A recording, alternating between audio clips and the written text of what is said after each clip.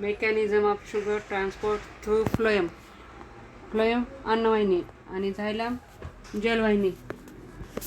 Muchen's pressure flow theory or mass flow hypothesis.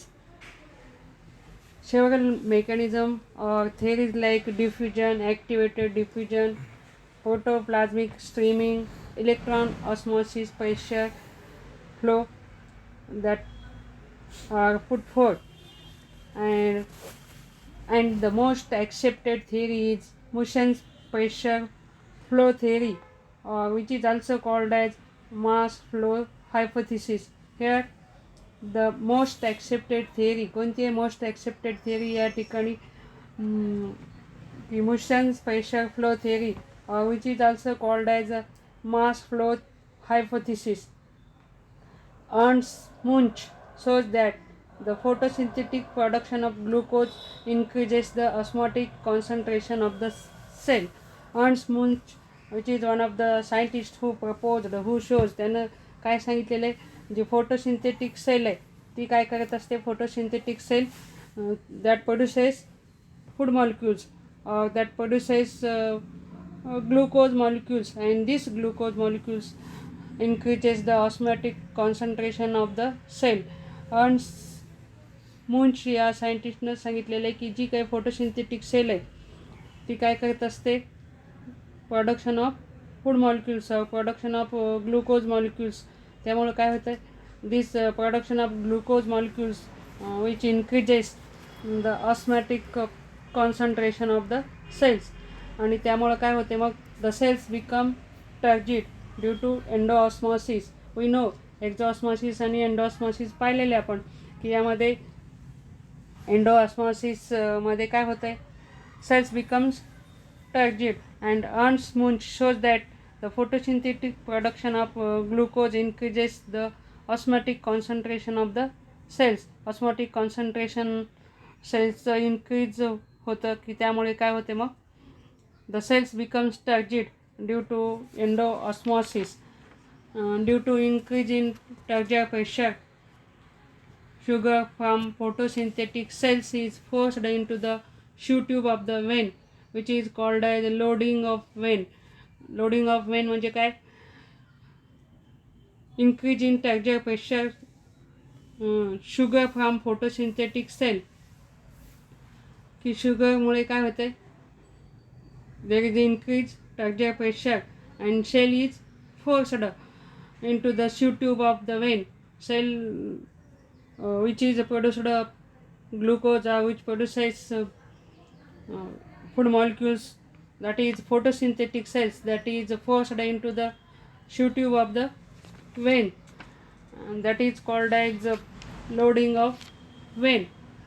Then at the sink end, we know sink and source आपण याच्या अगोदर पाहिलेले. Source म्हणजे काय, sink म्हणजे काय.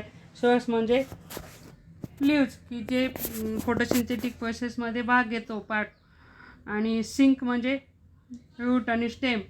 At the end of this sink, at the sink end, that is root cell utilizes sugar and polymerization takes place, excess sugar into the starch.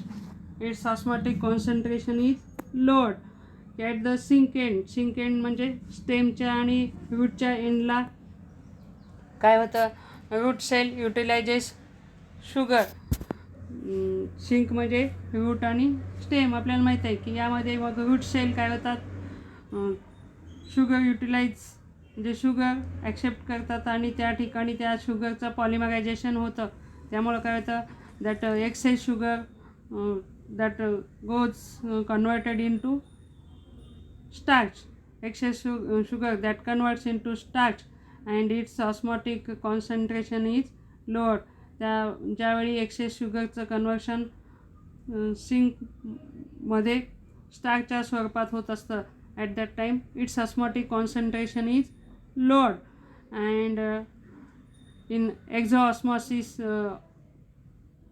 when occurs, water in the root cell is lost to surrounding cells, thereby decreasing the turgidity of cell.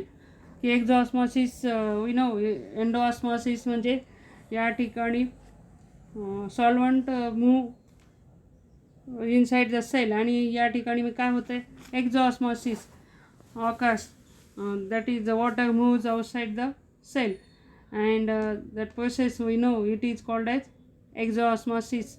And when exosmosis occurs, water in the root cell is lost to surrounding cells, thereby decrease the turgidity of cell. की सेलमधलं असलेलं water surrounding सेल्समध्ये flow होत असतं. At that time काय होते मग decrease the turgidity of cells, turgidity of cells decrease होते. And turgor pressure is low. When turgidity decrease at that time turgor प्रेशरसुद्धा काय होईल लोअर होईल. Due to lower turgor pressure food is translocated along the concentration gradient passively. This is called as when unloading. या ठिकाणी काय होतं एक्झॉस्मॉसिस ही process होते. तेव्हा काय होईल water in the cell is lost to surrounding cells. Exosmosis process झाल्यामुळे सेलमधला वॉटर सराउंडिंग सेल्समध्ये फ्लो होतो. मग त्यावेळी काय होतं मग टर्जिडिटी ऑफ सेल डिक्रीज होत असते. When turgidity of cell decrease at that time turgor pressure काय होईल मग लोड होईल. म्हणजे cells it becomes flaccid. Turgidity decrease होते म्हणजे सेल्स काय होतं फ्लॅसिड होत असते. And due to lower turgor pressure food is translocated along the concentration gradient. जेव्हा टर्जर प्रेशर हे लोअर होईल तेव्हा काय होतं फूड म्हणजे that is glucose molecules, food molecules that is translocated along the concentration gradient passively, and this is called as unloading. We know loading of vein and unloading of vein, and this is unloading.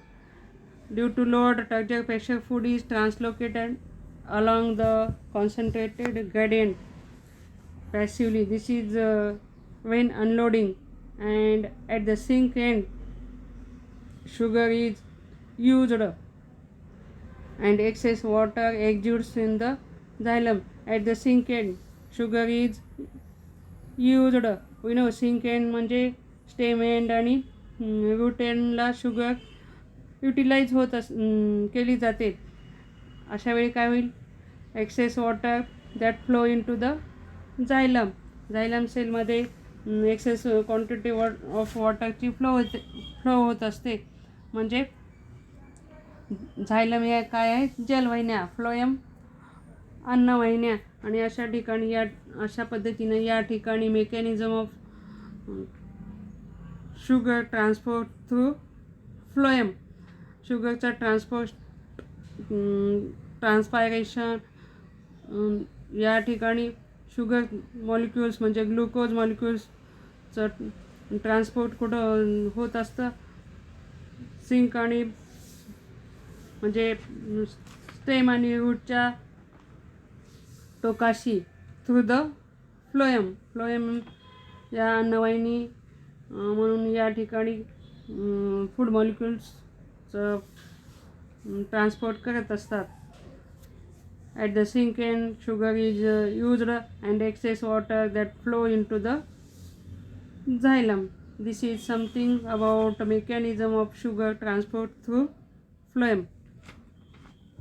यानंतर